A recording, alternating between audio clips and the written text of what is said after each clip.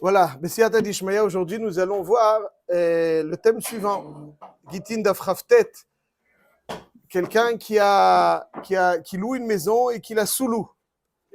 Et qui a décidé donc de la sous-louer. Il est pas. On va voir le contrat. Je vous raconte ce qui s'est passé. Après, on décide le contrat. Il a sous-loué. Il la loue, même pendant Ben Azbanim. Des fois, pendant des périodes, il part à l'étranger pour une période de 1-2 mois. Il la loue $1,000. Il a réussi à la sous-louer à 2,000. 1,500, 2,000. À qui revient le plus? Est-ce qu'il revient au propriétaire de la maison ou bien il revient au locataire?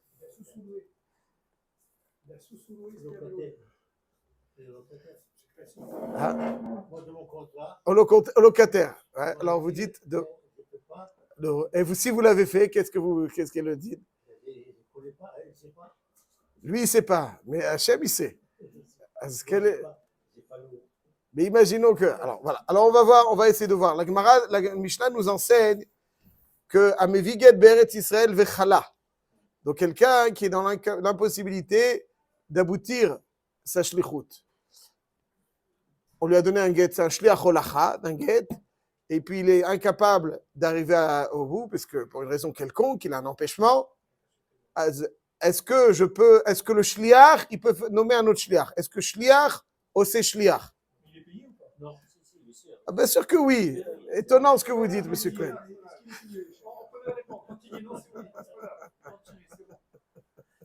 Hein? Il n'est pas payé le shliach, il a nommé un shliach. Où est le problème?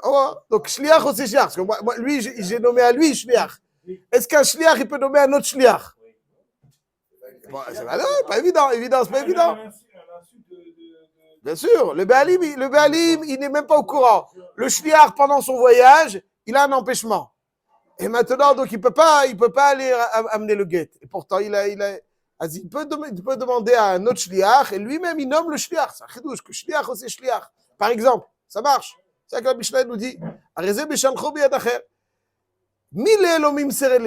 Si je dis à quelqu'un de donner l'ordre au sofer d'écrire un get, et qu'il a un empêchement, alors je ne lui ai pas donné un get, je lui ai donné l'ordre de donner. Ça veut dire son rôle n'est pas de transmettre un objet, mais son rôle, il est de nommer par la parole. C'est-à-dire, lui, il ne peut pas nommer un autre shaliach, parce que c'est mille, il n'y a pas de transmission d'objet. Mais lorsque il y a une transmission d'objet, alors shliach ou c'est shliach. Ça, c'est notre suga de mille elom tirel shliach. En tout cas, c'est ce qu'a marqué la Mishnah. Après, il y a marqué dans la Mishnah, V'im amarlo tol li emena chefetz ploni, lo yeshalchenu biyad acher, she'en retzono sheyehe pikdono biyad acher. Si il a dit au shliach, tu lui donnes le guet, mais en échange, elle doit te donner tel et tel objet. Tel et tel objet que j'ai laissé à la maison, et on a convenu que lorsque je lui donne le guet, elle me donne cet objet. Alors là, il ne pourra pas nommer un autre shaliach. Le shaliach, qui a un empêchement, ne pourra pas donner le guet à un autre shaliach. Pourquoi? Parce que qui est-ce qui va récupérer l'objet? C'est quelqu'un en qui le mari n'a pas placé sa confiance. Et donc là-dessus, n'est-ce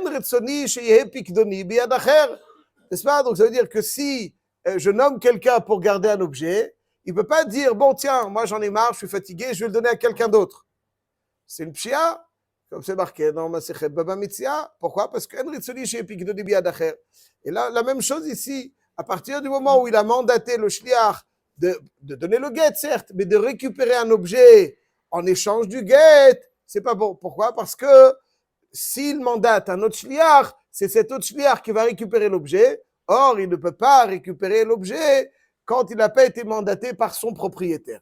Et là-dessus, Resh Lakish, il dit une phrase célèbre, il dit Amar Resh Lakish, Kan shana rebi, en ha-shoel rashai le'ash'il, ve'en ha-socher rashai le'askir.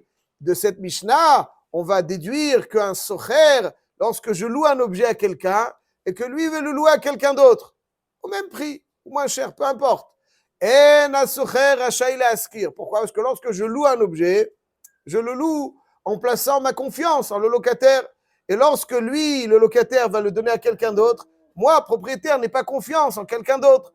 En hashoel rashai lash'il. J'ai prêté ma perceuse pour construire la souka à Sukkot à mon voisin Rouven. Et Shimon, un autre voisin, vient chez Rouven, il lui dit, tu peux prêter la perceuse.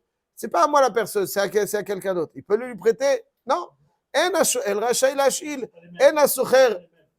Parce que c'est pas se casser, mais le locataire, lui ou quelqu'un d'autre. 2 secondes, là vous anticipez. 2 secondes. Là pour l'instant, ce qu'on voit, c'est que en hasocher. Donc c'est-à-dire, ça ici, l'objet ne peut pas être transmis à quelqu'un d'autre. Et donc le shaliach ne peut pas nommer un autre shaliach dans le cas où ce shaliach n'a pas simplement pour rôle transmettre le guet, mais récupérer un objet. Ça, c'est le cœur de la suga. Et en hasocher rashai la'askir ven hashoel rashai lash'il. Qui ont des appartements avec des HLM et qui passent aux enfants ou aux copains ou un truc comme ça parce qu'ils ne veulent pas lâcher la prise. C'est un sourd, ça. Si le parle pas. Vous êtes un béada. Bon. Vous êtes un béada.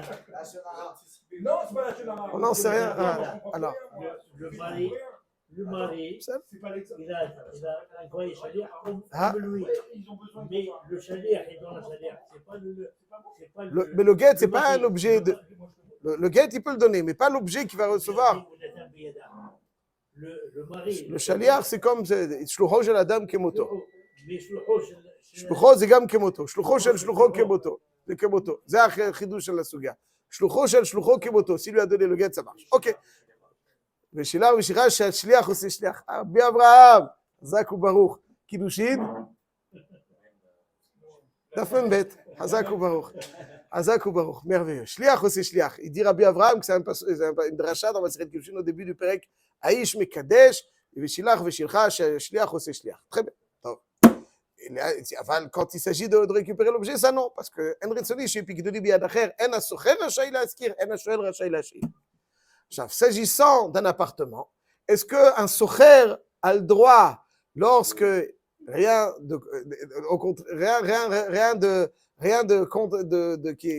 aucune contre-indication n'est stipulée dans le contrat, est-ce qu'un locataire peut le louer à un autre? Il n'y a pas de condition contraire dans le contrat. Moi, je perds. Je vous loue un appartement. Pourquoi pas? Favos nicht. Pourquoi pas? Est-ce que. Quand tu loues à quelqu'un, tu fais par exemple, je vais louer un appartement, je vais louer par exemple à une personne qui ira de Chamaïm, qui va mélanger Bassar Vadam dans le Kéli. Ah putain, oui, il va louer à quelqu'un d'autre, je n'ai même pas vu. C'est des bons, ils vont me. Ah, mais vous louez l'appartement sans rien, sans cuisinière, sans rien, l'appartement avec les murs. Alors on va lire le Rambam, Rabbi Yehuda. Rambam Ilchot Srirut Pereke Alachahe. Mikan ani omer, שהמשכיר בית לחברו, עד זמן קצור, עד זמן קצוב, jusqu'à un temps déterminé. ורצה הסוחר להשכיר הבית לאחר, le socher il n'a plus besoin de la maison, pour une raison quelconque. Donc il a un contrat jusqu'à, ou bien ils ont parlé, jusqu'à un an. Au bout de 6 mois, il n'a plus besoin de la maison. Qu'est-ce qu'il va faire? Il va les laisser vides. Il dit, ורצה הסוחר להשכיר הבית לאחר, עד סוף זמנו, משכיר לאחרים, שהם כמניין בני ביתו, à la condition que celui auquel il va louer, ils ne sont pas plus 5 personnes. Il a choisi le chiffre 5. Lorsque 5 personnes. Je ne sais pas, demandez-lui. Shelo amru chachamim, en hasocher rashai lehaskir. Les chachamim n'ont dit que en hasocher rashai lehaskir, ela bemetaltelin. Share omer lo en ritzoni, chez pikdoni biyad acher. Le metaltel, tu peux mettre dans la poche, tu peux disparaître, tu peux. C'est dans le. Voilà. Mais si c'est lié, c'est Nadlan, Nirse de la Naïde, Aval Bekarka, Obisfina, Share Barlaïma. Bon, ça, un homme ken. Karka, en tout cas, c'est pas grave. Pourquoi? Parce que qu'est-ce qu'il va faire? Il va voler la maison. Alors, ce que vous dites, c'est très bien, il peut la dégrader. Donc, c'est pour ça que c'est le même nombre. Alors, les maasé, c'est Vadaï. Il aurait pu dire 7 et 7. Mais 6 mois. 6 mois, il y a marqué dans le Rambam que oui. Le Rambam dit que oui. Très bien. Mais Rabbi Yehuda, je vous invite à le Rambam, regardez, il continue le Rambam, il dit V'yesh mishehora. Il y a certains qui ont donné pour instruction, pour Ra'a, Shenu yachol la'askiru la'acher klal. V'yiten tzcharo ad sof zmano. Et il y en a qui disent comme ça, mais le Rambam conclut Velo yera eli shezedin emet. il me semble pas vrai ce din. Le Ravad, il rapporte cette phrase du Rambam et il dit Yesh bedorenu omrim ken, sheyesh bnei adam shemachrivim bait bediratam.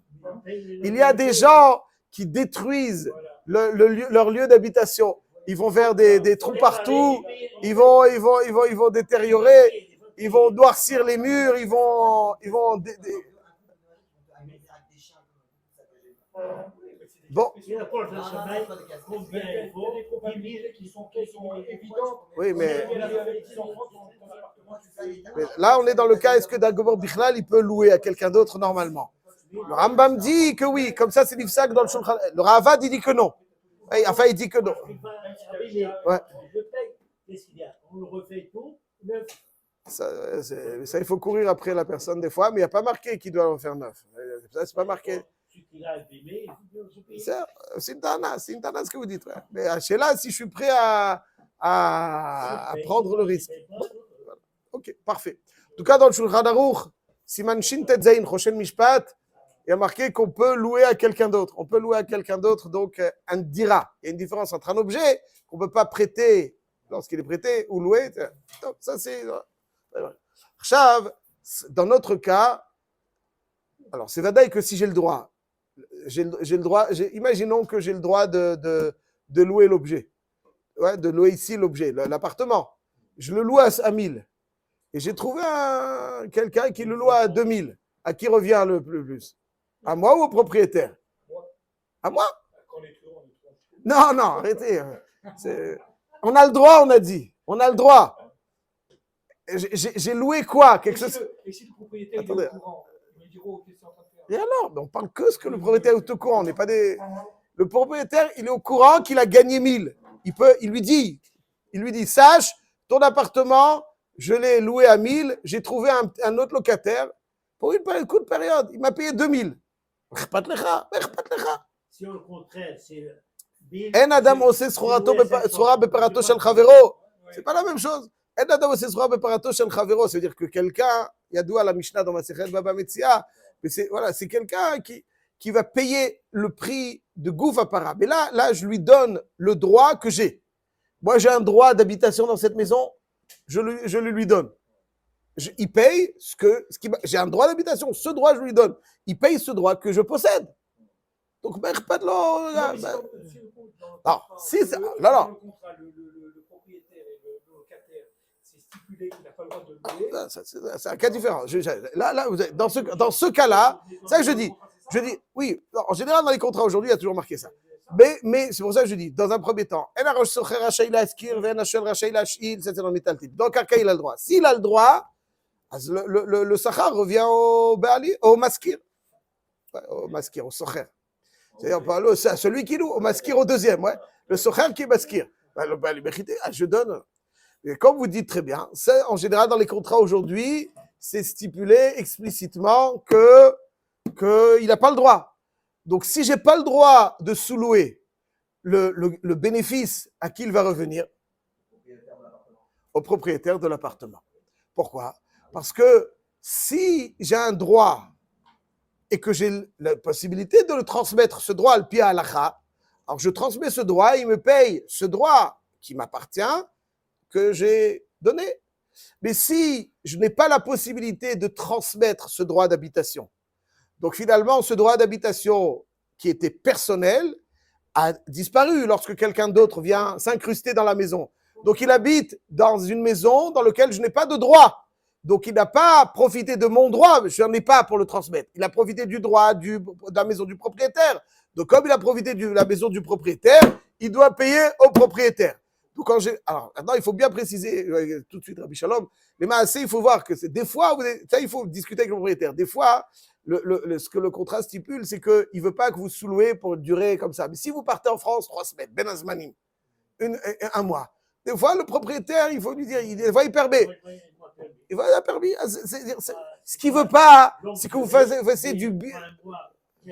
Voilà, excellent. Souvent, c'est leur état d'esprit. S'ils sont sympas, c'est leur état d'esprit. Si vous partez complètement, vous quittez la maison et vous louez à quelqu'un d'autre, ça ne veut pas. Ça ne veut pas, c'est ma maison, tu la rends, c'est moi qui m'en occupe. Mais si, ou bien tu payes, tant que tu n'as pas trouvé, peu importe, c'est sur le contrat, mais tu ne vas pas louer à quelqu'un d'autre. Si c'est des courtes périodes, c'est le derrière comme ça, quelqu'un qui. Ça, en général, ils sont plus indulgents. Mais il y en a qui ne veulent pas. Malasot, Rabbi Shalom. Comme le propriétaire, c'est un organisme. Alors, il faut avoir. On connaît l'histoire, hein? On connaît l'histoire. Ah, ça, c'est sûr qu'on n'a pas le droit de transmettre. On Maintenant, il m'a acheté là. On n'a pas le droit. On n'a pas le droit. Je peux donner toute une liste. Bon, on discutera après en quatre yeux ce qu'on peut faire. Pour la liste. Dans le cas où la plus-value de la sous-location revient au propriétaire, c'est mais s'il y a un migo, pourquoi on ne dit pas en moitié-moitié ou alors Quel migo. J'aurais dit ne rien faire. Monsieur Cohen, ce que vous dites, c'est adorable. Seulement, il faut bien préciser, un migo, c'est d'Avka quand on doit me croire sur quelque chose. Est-ce qu'on me croit? Alors, si j'ai un migo, crois-moi, je deviens crédible. Mais là, ce n'est pas une question de crédibilité, c'est une question de droit. C'est-à-dire, tu n'as pas de droit.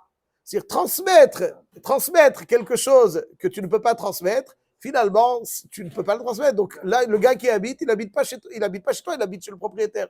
Donc tout le prix de la location revient au propriétaire. Et comme j'ai dit, des fois il est d'accord. En général, si c'est une longue période, non. Mais s'il n'est pas d'accord même pour une courte période, il te dit non. Alors là, quelqu'un a posé une fois la question. Il me dit, qu'est-ce que je fais? Il avait fait un beau bénéfice. Alors, je vais lui dire, les mains assez, je lui dis, c'est assourd ce que tu as fait. Assourd. Maintenant, il a les dollars dans la poche. Qu'est-ce qu'on fait? Il doit les donner? Il caronne, oui. Tu dois les donner. Néanmoins, il me semble. Ben oui, il va lui dire. Il dit, je suis honnête. Modé vers Ozev, croyez-moi que s'il lui rajoute quelques billets de dollars, il n'y a pas de problème. Tu vois, ça va aplanir tout. Ouh, monsieur, en tout cas, je dirais comme ça, que en fait, si je loue une maison qui n'est pas meublée, ou même si elle est meublée, il va utiliser les serviettes, il va utiliser les draps, il va utiliser plein de choses qui m'appartiennent à moi, locataire, et non propriétaire. Alors, on ne peut pas dire que a posteriori, tout le surplus va revenir au propriétaire, parce qu'il a aussi profité des choses qui m'appartiennent. À cela, il faudra déjà avoir une considération et faire le partage. Qu'est-ce qui, c'est une question d'un beddin, combien revient en échange de la maison et en échange des meubles et des vêtements, l'électricité, tout ça, de l'arnona, chazak ou baruch, tout ça, c'est à prendre en considération. Même le locataire, l'électricité. Donc, c'est pour ça que là, il y a une relation. Donc voilà, si on récapitule, mes chers amis, Yotse qu'un objet, on n'a pas le droit de transmettre, néanmoins, dans un carca, oui, sauf s'il peut le contraire, en général, ça l'est. Même quand ça l'est, en général, pour des courtes périodes, ils sont sympas, mais sinon, il a tout son droit de dire non complètement. Et quand il dira non complètement, le plus ira au propriétaire parce que donc ça fait que j'ai pas le droit de transmettre mon droit. Donc j'en ai plus. Et donc ça revient au propriétaire. Et ceci étant dit, normalement, tout devrait revenir, le surplus devrait revenir au propriétaire, mais il y a des fois un moyen de faire proportionnellement d'une évaluation de ce qu'il a profité des objets. Il a profité certes de la maison appartenant au propriétaire, mais le propriétaire des meubles ou des draps et des serviettes et de l'électricité, etc., ça c'est au locataire et donc il y a une partie qui lui reviendra. Si moi je partais en France un mois. Ça sent le vécu ce qu'il raconte, Shalom. J'ai loué mon appartement. Je retrouve la maison à la